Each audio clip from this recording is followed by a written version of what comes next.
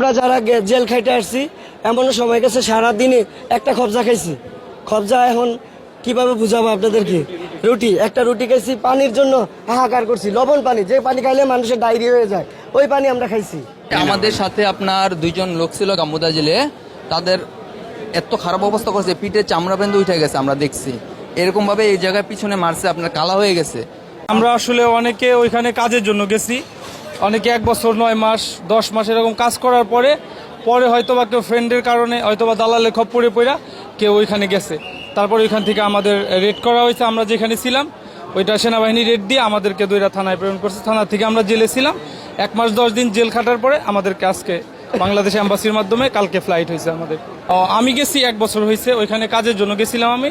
পরবর্তীতে আমি আমার এক ফ্রেন্ডের মাধ্যমে আমি ওইখানে যাইতে চাইছিলাম আর কি।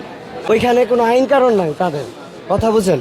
এই দেখেন, এই আমার এটা কার্ড, এটা তাদের দেশে চলার জন্য কার্ড দিচ্ছে। এই কার্ডের মেয়াদ কিন্তু এখনো আছে। যদি ক্যামেরা জুম দেন এখনো দেখবেন এটা 26 সালের মেয়াদ এখনো আছে, কিন্তু আমাকে ধরে ফেলছে। এই কার্ডের কোনো মূল্য নাই। কিন্তু বাংলাদেশ থেকে দালাল চক্ররা যেভাবে নিতে ওইখানে নেয় কাউরে কাজের প্রলোভন দিয়া, যেমন আমাকে নিছে 2 বছর আগে কাজের প্রলোভন নিয়ে, যে লিবিয়া গেলে থাকা খাওয়ার পরে 30,000 টাকা বেতন পাবো, কিন্তু আমরা বেতন সর্বোচ্চ 1,000 দিনার পাই। 1,000 দিনারে বাংলাদেশে 17,000 টাকা। ওর মাধ্যমে থাকা খাওয়া, তারপরে নিজের পকেট খরচ, ফ্যামিলিকে পাঠাইতে হয়, তারপরে আপনার মোবাইল বিল। এটা তো অবশ্যই আপনারা জানেন, মোবাইল বাংলাদেশে কথা বলতে হবে, ফ্যামিলি আছে, বাবা মা আছে, সবার সাথে কথা বলতে হয়।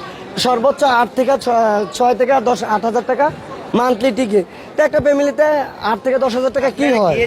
দালাল চক্রের মাধ্যমে। হ্যাঁ, দালাল চক্র ছাড়া তো যাওয়া যায় না। ওইটা তো আর আমরা একটা দুইটা দালাল চক্র নাই। আমরা যাও আমাদেরকে নেওয়া হয় প্রথমে, যেমন কাউকে নেওয়া হয় শ্রীলঙ্কা দিয়ে, কাউকে দুবাই দিয়ে নেওয়া হয়, কাউকে সৌদি দিয়ে, কাউকে নেওয়া হয় আপনার কি বলে লিবিয়া, মিশর, এভাবে নেওয়া হয়। না, আমরা ইতালি যাওয়ার উদ্দেশ্যে যাই না। আমি মূলত আজকে 2.5 বছর, প্রায় 3 বছর কাছাকাছি ওইখানে গেছি। আমাকে বলছে 30,000 টাকার নিচে যদি তুমি স্যালারি পাও ওইটা আমার নিচ থেকে দেবো। কিন্তু আমাকে নেওয়ার পরে একটা কাজ দিছে, যার মাধ্যমে কাজটা দিছে ওই লোক 15 দিন পরে ওইখান থেকে চলে যাওয়ার পর আমি নতুন লোক, ভাষা জানি না, আমাকে বের করে দেয়। বের করে দেওয়ার পরে আমি একদম অসহায় হয়ে যাই। যে দালাল চক্র আমাকে নেয়, আমি তাকে ফোন দিলে সে আমাকে কোনো রেসপন্স করে না। তারপরে বাকি যে 3 বছর আমি বাকি যে সময়টা ছিলাম, আমার নিজের অভিজ্ঞতা, যেমন বাংলাদেশি ভাই অনেকে আছে, বলছি ভাই কাজ দাও, না খাই আসি, কাজ দাও, কাজ দিছে ভাই। 2-2.5 বছর মতো আমি নিজের পকেট খরচই চালাইতে পারিনি কাজ করে লিবিয়াতে। আপনারা কি সাখাওয়াতের মাধ্যমে গেছিলেন? না ভাই, আমি সাখাওয়াতের মাধ্যমে যাইনি, আমি আমার এলাকার দালালের মাধ্যমে গেছি। আপনারা নির্যাতনের শিকার হয়েছেন? হ্যাঁ, আমাদের সাথে অনেকেই আছে নির্যাতনের শিকার হয়েছে, তাদের পিঠের চামড়া উঠে গেছে। এই নির্যাতন যেমন গেমের মধ্যে, মানে এখানে যারা মূলত যায় তারা তো ফ্যামিলির জন্যই যায়, হয়তো এই জিনিসটা জানে যে ঝুঁকি, তারপরও যায়। যাওয়ার পরে দেখা গেছে যদি আপনার গেমে ধরা খায়, তখন আইসা বেচাকিনি করার পরে গ্রামে দেশে বাড়িতে ফোন দেয়, বাবা মাকে ফোন দেয়, টাকার জন্য অত্যাচার করে, না দিলে মাইরধর করে। আমরা যারা জেল খাইতে আসছি এমনও সময় গেছে সারাদিনে একটা খবজা খাইছি। খবজা এখন কিভাবে বুঝাবো আপনাদেরকে? একটা রুটি খাইছি, পানির জন্য হাহাকার করছি। লবণ পানি, যে পানি খাইলে মানুষের ডায়রিয়া হয়ে যায়, ওই পানি আমরা খাইছি। এখন যে আমাদের যে ভাইয়েরা এখনো গানফোদা জেলে আটকা আছে, ওরা কিন্তু খুবই অমানবিক অবস্থায় আছে। তারা ওইখানে খাবার পানি ঠিক মতো দেয় না, দিলেও লবণ পানি দেয়। লবণ পানি খাওয়ার পরে আমরা অসুস্থ হয়ে যাই। আমাদেরকে মাসের ভিতরে একটা বারও আমাদেরকে বের করা হয় না। 4 দেয়ালের ভিতরে আমাদের একটা রুমে সবসময় আটকা রাখা হয়। অনেক সময় বের করে আমাদেরকে ভিতরে অনেক হেনস্থা করা হয়। মানে ওইখানকার যা পুলিশ যারা, ওইখানে সোজা কথা কোনো আইন নাই, বিশেষ করে বাঙালিদের জন্য কোনো আইন নাই। তারা আর ওইখানে মিনিমাম 150 জন লোক আছে, ঠিক আছে।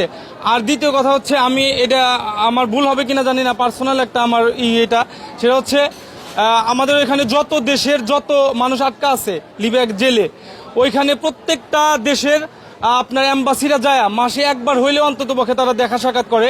কিন্তু খুবই দুঃখের ব্যাপার যে আমাদের ফ্লাইটের 1 দিন আগে মাত্র আমাদের এম্বাসি থেকে লোক যায় আমাদের সাথে দেখা করছে। এর আগে আমাদের সাথে কোনো এম্বাসির লোক টেলিফোনে পর্যন্ত আমাদের সান্ত্বনামূলক কথা বলে নাই।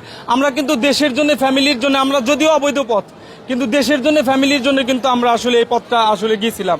আসলে এটা যেন একটু করা হয়। মানে আমরা মূলত ফ্যামিলির সচল করার জন্য আমরা কাজের জন্য উদ্দেশ্যে লিবিয়াতে রওনা হই। ঠিক আছে, যাওয়ার পরে অনেক দিন কাজ করা হয়, প্রায় 2-2.5 বছর কাজ করা হয়। আমি ফার্মেসিতে কাজ করতাম। ঠিক আছে, ওই জায়গায় আমার বেতন ছিল 2,000 টাকা, খাইয়া হয়তো বা আমি 20,000 টাকা বাড়িতে পাঠাইতে পারতাম। ঠিক আছে, আমার উদ্দেশ্য ছিল যে আমি অন্য একটা শহরে যাব, গিয়ে আর কি ভালো একটা স্যালারি পাইছিলাম 2500 টাকা, যেটা মানে আমি আমার ফ্যামিলিরা আমি হয়তো বা আমি খেয়ে খরচ দিয়েও প্রায় 30-35 হাজার টাকা দিতে পারতাম। ঠিক আছে, আমি যাওয়ার পথে আমার রোডে মানে আটক করা হয় পুলিশ। ঠিক আছে, আমি তখন আর কি আমার মানে তাহলিল বলে ওরা, মেডিকেল কার্ড, ওইটা আমি দেখাই। ওইটাও বলে কি যে আপনি যেই শহরে ছিলেন ওই শহরেটা আমাদের শহরে চলবে না। ঠিক আছে, তবরুগে পরে আর কি আমার আটক করা হয়। যাওয়ার জন্য না? না ভাই, আমি ইটালি যাওয়ার জন্য না। আটক হয়েছেন কেন? কম বেশি আমি আটক হয়েছে, আমার মানে কাগজ ছিল না তার জন্য। মানে আমার মেডিকেল কার্ড লাগতো তবরুকের, আমার মেডিকেল কার্ড তবরুকের ছিল না। ঠিক আছে, পরবর্তীতে মানে যত বাঙালি ধরা হোক না কেন রোডে, ঠিক আছে, সবাইরে একটা মানে আছে আশকারিয়া পুলিশ আছে, ওই জায়গায় নিয়ে সবাইরে মিক্স করা হয়। ঠিক আছে, মিক্স করে তারা একটা তালিকা করে, যেমন একটা চার্ট করে, ওই চার্টের ভিতরে মনে করেন সবাইরে মানে গেমের আওতার ভিতরে মানে নাম ঢুকাই দেওয়া হয়।